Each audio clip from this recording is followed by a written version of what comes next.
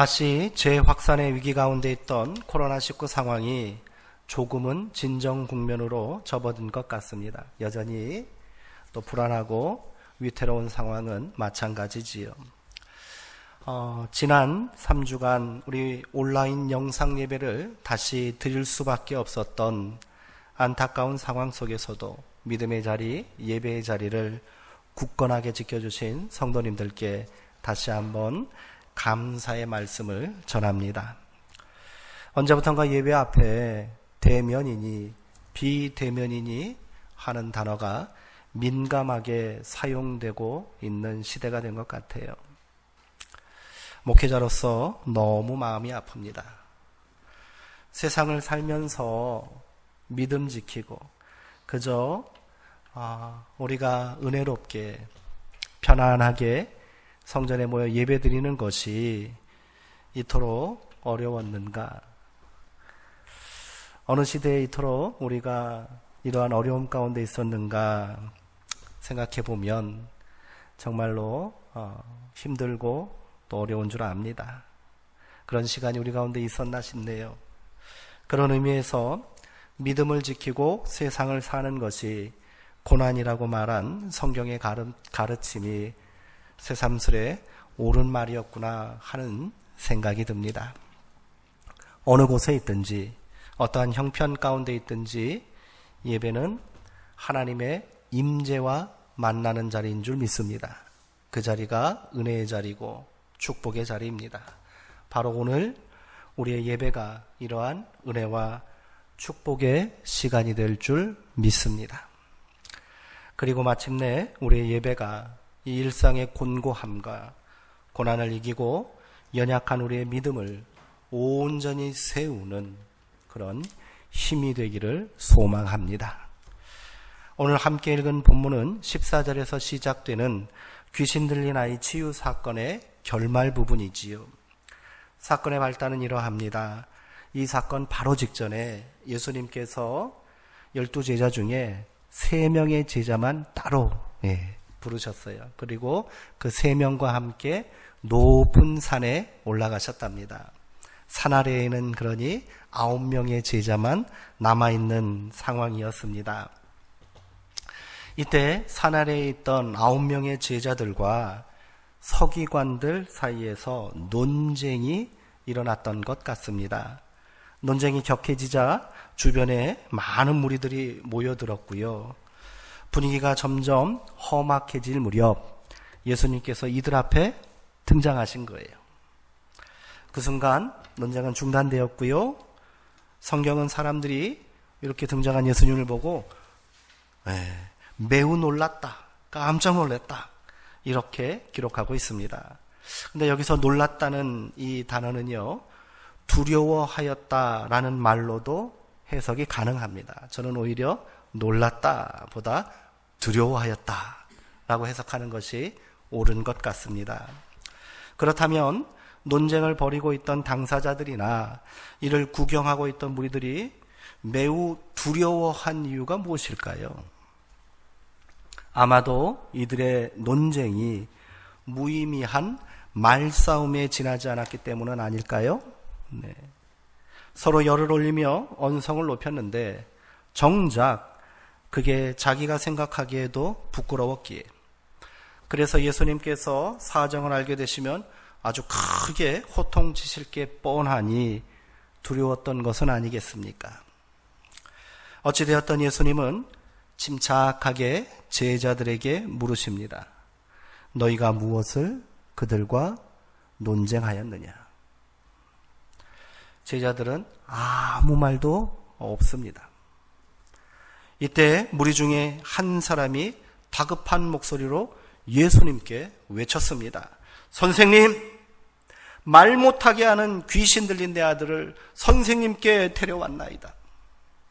어디서든지 귀신이 이 아이를 사로잡으면 아이는 고꾸라지고요, 거품을 물고 이를 갈며 온몸이 뻣뻣해집니다. 그래서 선생님의 제자들에게 아이를 좀 고쳐달라고 했더니 그들이 하지 못했습니다. 이제야 사건의 내막을 조금은 알 듯합니다. 무슨 자신감에서였는지 제자들은 예수님을 기다리지 않았고요. 자기들이 귀신을 쫓아내려고 했던 모양입니다. 이러면 되잖아요. 아유, 우리 선생님이 지금 산에 계십니다. 곧 내려오실 테니까 조금 기다리지요. 이래도 되잖아요. 근데 야, 우리 한번 해볼까? 이런 상황이 된 것 같아요. 제자들이 그런 경험을 해본 적이 있었습니다. 공생의 초기 예수님은 12명의 제자를 세우셨잖아요. 그리고 그들을 둘씩 짝지어 마을로 내려보내고 전도 여행을 보내셨습니다. 전도를 마치고 제자들이 돌아와서 예수님에게 무슨 무용담을 늘어놓듯이 서로 얘기하고 자랑했잖아요. 주님, 우리도 귀신을 쫓아냈습니다. 우리도 귀신을 쫓아냈습니다. 귀신이 도망갔습니다. 이렇게 서로 얘기를 했던 거예요. 그런데 이번에는 보기 좋게 실패한 거예요. 그때는 됐는데 지금은 안 됐던 거예요. 그것도 사사건건 시비를 거는 서기관들이 보는 앞에서 이런 낭패를 본 겁니다. 이 일을 두고 제자들과 서기관들 사이에 논쟁이 벌어진 것입니다. 논쟁이 격해지면서 정작 사건의 본질은 사라져버리고 만 것 같아요. 서로를 비난하고 변명하느라 귀신 들려 고통받고 있는 이 여리디 여린 한 영혼과 그 아이가 고침받기를 원하는 아버지의 간절함은 안중에도 없는 거예요. 안중에도 없어요. 본질은 실종됐고요. 무의미하고 소모적인 논쟁만 남게 된 겁니다. 오늘 이 말씀을 묵상하면서 저는 그런 생각을 해봤어요. 어쩜 오늘 우리의 모습과 이리도 똑같은가? 본질이 있는데요. 정작 중요한 것은 있는데요. 그것에 집중하지 못하고 그것에 마음을 쏟지 못하고 내가 옳으니 네가 옳으니 너 잘못됐다. 서로 비난하고 분쟁하고요. 격렬하게 다투고 있는 모습이 우리 세상에 우리 주변에 얼마나 많이 일어납니까? 사건의 내막을 알게 되신 예수님은 제자들에게 아주 불같이 분노하셨습니다. 이 믿음 없는 세대요. 내가 얼마나 너희와 함께 있어야 한단 말이냐. 내가 얼마나 너희를 참아주어야 한단 말이냐. 성경에 예수님께서 제자들에게 이토록 크게 화를 내신 적이 있는가? 예수님의 분노는 제자들만을 향한 것이 아닙니다. 남의 허물과 실패를 들추어내면서 자기들은 무슨 엄청난 믿음을 가진 양 거들먹거리고 있었던 당대의 종교 지도자들, 그들 가운데 있었던 서기관들과 이게 무슨 재미난 구경거리라고 논쟁을 거들고 있던 무리들도 책망받아 마땅합니다. 예수님은요, 제자들이 귀신을 쫓아내지 못했다고 해서 화를 내신 것이 아니잖아요. 그게 아닙니다. 그들의 믿음 없음에 분노하신 겁니다. 그리고 평생 그들과 함께 할 수 없는, 예수님도 인간으로 이 땅에 오셨잖아요. 이 제자들과 계속 함께 따라다니면서 가르치고 훈련시키고 깨우칠 수 없잖아요. 오늘 이 사건은 예루살렘으로 올라가는 마지막 십자가를 지기 전에 그 마지막 순간에 일어난 일이고 하신 말씀이에요. 자신의 인간적인 한계와 십자가를 감당하는 사명 앞에서 이제 더 이상 이 못난 제자들을 돌볼 수 없고 그들을 챙겨줄 수 없는 예수님의 안타까움이 그 가운데 담겨 있는 거잖아요. 그래서 내가 언제까지 너희와 함께 있어야 하느냐? 내가 언제까지 너희를 참아야 되느냐? 이렇게 말씀하신 거예요. 그렇다고 화만 내고 계실 수는 없잖아요. 예수님은 논쟁에 묻혀 사라져버린 사건의 본질을 끄집어내시고요. 시급하게 해결해야 할 생명 구원의 문제에 집중하십니다. 예수님은 귀신 들린 아이를 데려오라고 말씀하십니다.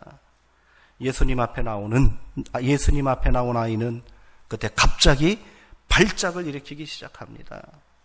아이의 아비가 말한 대로 아주 처참한 광경입니다.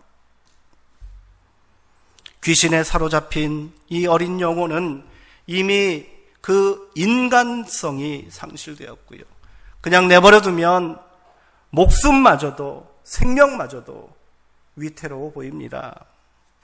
예수님은 아이의 아비에게 이렇게 물으셨습니다. 이 아이가 언제부터 이렇게 되었느냐? 연약하고 가련한 한 어린 생명을 향한 가슴 미어지는 예수님의 마음이 느껴지지 않으십니까? 어쩌면 예수님께서 제자들에게 기대하시는 믿음의 모습이 바로 이런 것 아니에요? 예수님의 떨리는 음성에 아이의 아버지가 대답했습니다. 아주 어릴 적부터 그랬습니다. 주님, 심지어요, 귀신이 우리 아들을 사로잡으면은요, 어떤 날은 이 아이가 불 속에도 뛰어들고요, 물 속에도 뛰어듭니다. 그러니 하실 수 있거든 우리를 불쌍히 여기사 도와주옵소서.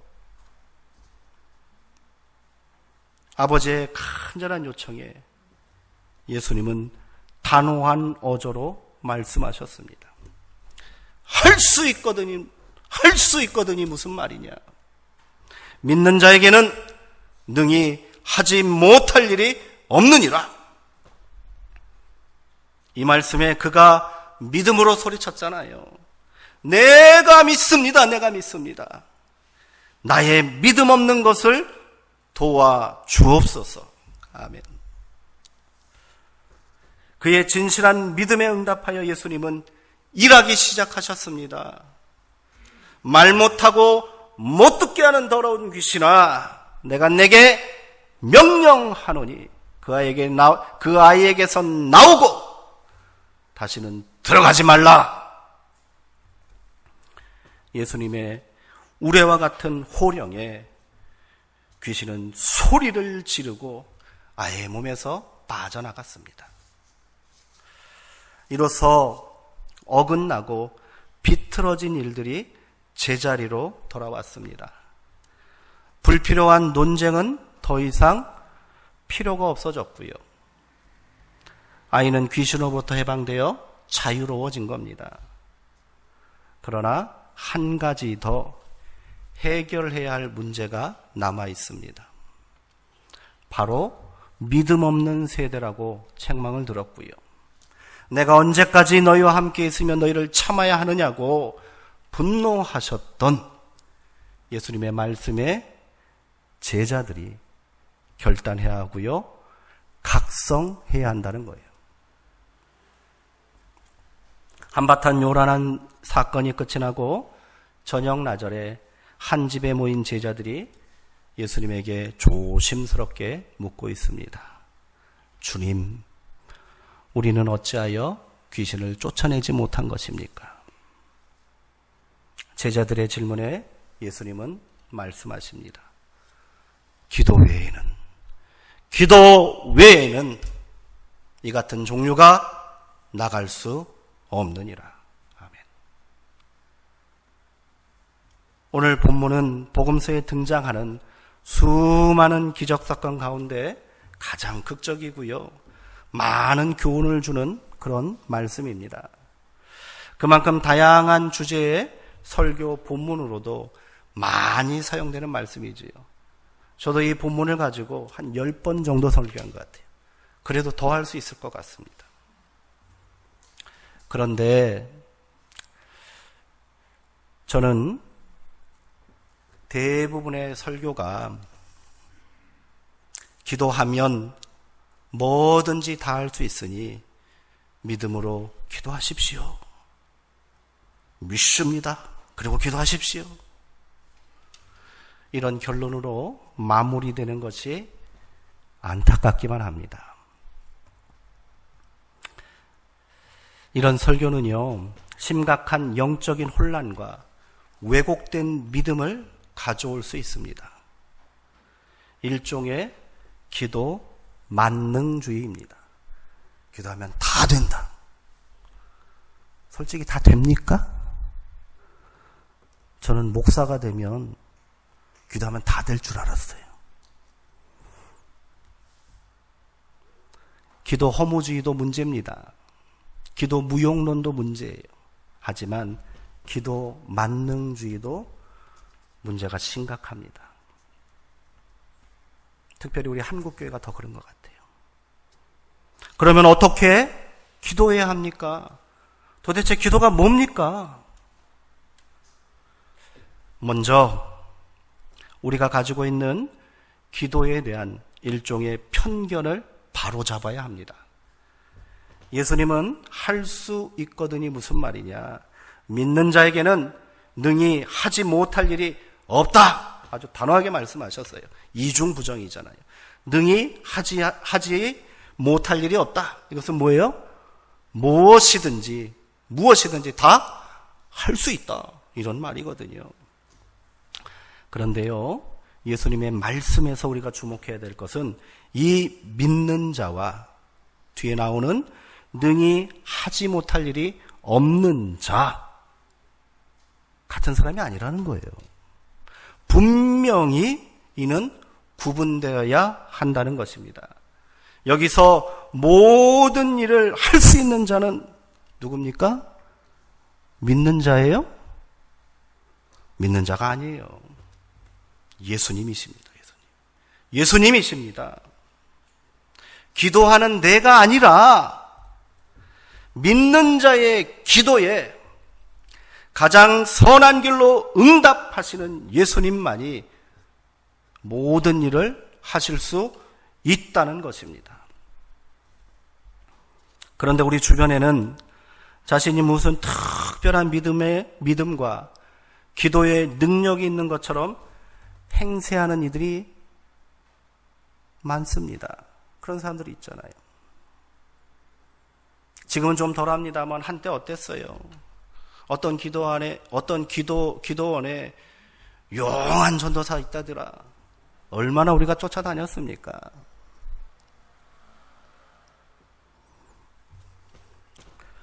그런 사람을 만나면 어떠셔요? 나에게도 그런 능력이 있었으면 좋겠다고 은근히 생각하지 않으셨습니까? 저는 그랬던 것 같아요. 하나님 저에게 능력을 주시려거든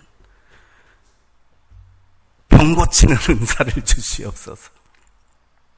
기도 한 방에 그냥 환자가 펄떡펄떡 일어나게 하여 주시옵소서. 그랬던 것 같아요.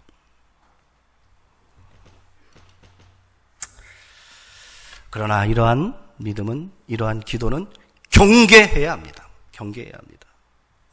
이는 심각한 영적인 교만이고 거짓된 믿음입니다. 지금도 그렇게 떠버리고 다니는 사람들이 있잖아요. 뭔 특별한 능력이 있느냐. 심지어 어떤 교회 목사님은 그런데요. 하나님께서 필요 때마다 자기 카톡으로 문자를 주신대. 미친 거 아닙니까? 누구나 그런 유혹에 빠질 수 있습니다. 그래야 자기가 좀 더 커 보이잖아. 더 믿음 있는 것 같잖아. 주상 같은 명령 한마디로 귀신을 쫓아내실 수 있는 분은 오직 예수님 한 분뿐인 줄 믿습니다. 기도 한 방으로 우리가 할 수 있는 일이 있다고요? 없습니다. 아무리 믿음이 깊고 영빨이 센 사람도 불가능합니다. 우리는 그저 모든 일을 하실 수 있는 예수님을 믿고 그 예수님 굳게 붙잡고 주님 우리를 불쌍히 여기소서, 우리를 도와주옵소서, 믿음 없는 나를 도와주옵소서, 우리를 구원해 주소서 간청하고 부르짖고 기도할 뿐입니다. 여기서 중요한 것은요, 어떤 믿음으로 기도하느냐인 겁니다. 귀신 들린 아이를 고치기 위한 아버지의 이 절박함에서 나오는 믿음만큼 진실되고 큰 믿음이 어디 있겠습니까? 그렇지 않습니까? 예수님밖에 소망이 없는 거예요. 그 예수님 만났으니 얼마나 이 믿음이 진실하고 크겠습니까? 그러나 이 아이의 아버지는 어떻게 예수님께 고백했습니까? 예수님, 내가 믿습니다. 이렇게 말하면서도 예수님, 내가 믿습니다. 그러나 나의 믿음 없음을 도와주옵소서. 이렇게 간구했다는 거예요. 예수님을 처음 만났기 때문에 내가 믿음 없다고 고백한 게 아니에요. 나는 믿습니다. 그러나 나의 믿음 없음을 도와주옵소서. 우리 어떻게 기도합니까? 주님, 내가 믿습니다. 내가 할 수 있게 하옵소서. 아닌 거예요. 이 기도는 어떤 기도입니까? 예수님, 내가 믿습니다. 예수님께서 하실 수 있음을 믿을 수 있도록, 신뢰할 수 있도록, 기다릴 수 있도록 믿음 없는 나를 도와주옵소서. 이렇게 기도한 거예요. 믿는데도 믿음을 간구해야만 하는 세대 가운데 우리가 살고 있잖아요. 믿는데도, 예배 드리는데도, 신앙의 연륜이 깊은데도, 목사가 되었는데도, 설교하는데도, 기도하는데도 믿음을 간구해야 한다는 겁니다. 믿는데도 믿음을 간구해야만 하는 세대, 그것이 예수님께서 책망하신, 그리고 예수님께서 보여주신 믿음 없는 세대의 실체 아니겠습니까? 믿음은요, 만사 형통을 보장해주는 만능 열쇠가 아닙니다. 불신과 대결, 욕망과 경쟁으로 점철된 세대 속에서 믿음을 지키며 산다는 것 어떻습니까? 고난 아닙니까? 영적인 투쟁 아닙니까? 그래서 기도가 필요한 것이고, 기도하지 않으면 안 되는 것입니다. 그러므로 우리가 우선적으로 힘써 간구해야 할 기도의 제목은 이 믿음 없는 세대 속에서 우리가 믿음으로 살 수 있기를 기도해야 되는 줄 믿습니다. 그렇게 우리는 오늘도 주님, 우리를 불쌍히 여기소서, 나의 믿음 없는 것을 도와주옵소서, 이렇게 기도해야 하는 겁니다. 이때 우리에게 요청되는 믿음의 결단이 있습니다. 바로 인내와 기다림입니다. 인내와 기다림이에요. 아무리 모진 고난 속에 있을지라도 우리는 인내해야 한다는 겁니다. 요한계시록에서 요한이 박해 가운데 있는 교회들을 향하여, 성도들에게 향하여 주는 그 메시지의 본질, 그 모든 요한계시록의 말씀을 한 단어로 요약한다면 인내입니다. 인내. 고난을 인내하라는 거예요. 견디라는 거예요. 또한 아무리 긴박한 상황이라 할지라도, 당장 해결되면 안 되는 일이라 할지라도, 이거 지금 당장 해결되지 않으면 내가 못 살 것 같을지라도, 그래서 하나님을 향하여 부르짖다 할지라도 우리는 잠잠히 주님 앞에 기다려야 한다는 겁니다. 기다려야 한다는 겁니다. 우리가 기도하면서 그래요. 하나님, 한시가 급합니다. 당장 응답해 주셔야 합니다. 물론 하나님께서 당장 응답해 주실 수도 있어요. 그런데 어떨 때는 너무도 더디잖아요. 그래서 응답이 없는 것처럼 느껴지잖아요. 그러나 때로는 응답하지 않으심도 선한 하나님의 능력이요 응답인 줄 믿습니다. 그 시간들이 우리를 믿음 위에 더욱더 굳건하게 세우는 거예요. 예레미야에 가서 예레미야는 이렇게 하나님께 탄식하며 간구했습니다. 나라가 멸망당했어요. 길거리에 시체들이 뒹굴고 있어요. 젖먹이 아이는 이미 차갑게 식은 그 어미의 젖가슴을 물고 울고 있어요. 소망이 없어요. 희망이 없어요. 그러게 예레미야는 하나님께 간구합니다. 아버지, 우리에게 너무하신 것 아닙니까? 너무하신 것 아닙니까?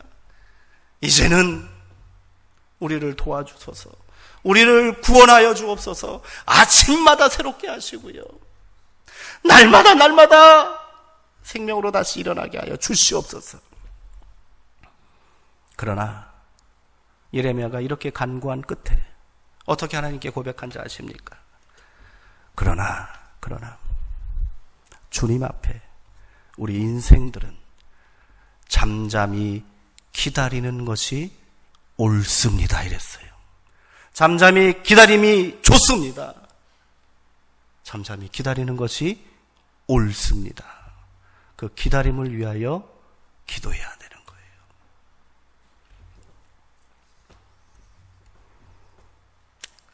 이제 겨자씨만큼도 되지 않는 믿음으로 함부로 하나님의 뜻을 말하고 운운했던, 그리고 무슨 대단한 능력의 소유자인 양 자기 고집과 욕망대로 행했던 우리의 거짓된 믿음을 회개합시다. 한 생명이라도 다시 살리시고 회복시키시려는 주님의 마음과 그 뜻을 외면하고 세상과 헛된 논쟁만 벌이고 있었던 우리의 무익한 신앙을 회개합시다. 믿음 없는 세대 속에 살면서 그들과 적당히 타협하고 내 자신을 합리화하면서 그 믿음마저도 잃어버리고 살았던 우리의 연약한 믿음을 회개합시다. 지금은 기도해야 할 때입니다. 코로나19로 인해 우리의 신앙도 교회도 위기 가운데 있지 않습니까? 아무리 발버둥 쳐도 아무것도 해결할 수 없을 것 같아 불안하고 절망스럽기만 합니다. 그러니 기도해야지요. 이 고난을 인내할 수 있도록 기도해야지요. 하나님의 뜻을 알 수 없으나 그 선하신 뜻을 잠잠히 기다릴 수 있도록, 그 고난과 어려움 속에서도 이 믿음 없는 세상 속에서 믿음을 지킬 수 있도록 몸부림치며 기도해야지요. 우리의 믿음 없음을 도와달라고, 우리를 불쌍히 여기사 우리를 구원해 달라고 능치 못할 일이 없으신 우리 주님께 기도해야 되는 줄 믿습니다. 마침내 믿는 자된 우리의 기도가 말 못하게 하고 듣지 못하게 하고 온몸에 경련을 일으켜 꼬꾸라지게 하고 땅바닥을 구르며 고통스럽게 하는 세상의 모든 악한 권세로부터 해방과 회복의 역사를 다시 이루어주시는 주님의 능력으로 응답되게 될 줄 믿습니다. 그렇게 이 고난 속에서 우리의 믿음이 더욱더 견고해져서 흑암 가운데 있는 이 땅에 우리가 한 줌 소망의 빛으로 다시 태어납시다. 기도하시겠습니다. 하나님, 우리의 믿음 없음을 불쌍히 여겨 주옵소서. 코로나19라는 전 인류적인 재난 앞에 인간은 모두가 연약하고 무기력한 존재들임을 깨닫습니다. 그동안 우리가 자랑했던 건강, 재물, 지식, 권세, 그 어느 것 하나도 이를 막을 수 없음을 경험하고 있습니다. 우리가 할 수 있는 일이라고는 그저 이 모든 사태가 잠잠해질 때까지 웅크리고 기다리는 것뿐입니다. 이 고난과 위기의 시대에 우리에게 믿음을 주시사 기도하게 하옵소서. 겸손히 주님의 도우심을 간구하였던 귀신 들린 나비의 절박한 마음을 갖게 하옵소서. 소모적이고 헛된 논쟁을 중단하게 하시고 지극히 작은 생명 하나도 소홀히 대하지 않으시고 반드시 살려내시려는 주님의 마음을 배우게 하옵소서. 그렇게 이제 우리의 기도에 응답하사 이제 우리로 형통하게 하옵소서. 예수님의 이름으로 기도합니다. 아멘.